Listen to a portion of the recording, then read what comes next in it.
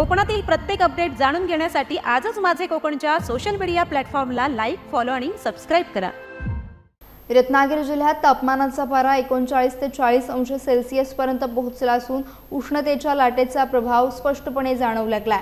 नेहमीच उष्ण आणि दमट हवामानासाठी ओळखल्या जाणाऱ्या या भागात यंदा मात्र उष्णतेची तीव्रता अधिक वाढल्याने नागरिकांसह पशुपक्ष्यांनाही मोठा फटका बसतोय।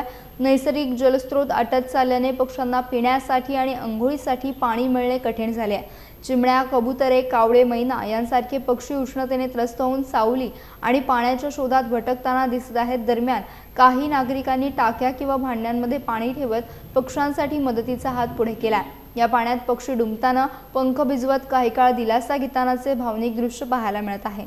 उष्णतेच्या या पार्श्वभूमीवर पर्यावरण संवर्धनासोबतच पशुपक्ष्यांची काळजी घेण्याचे आवाहन करण्यात येत आहे।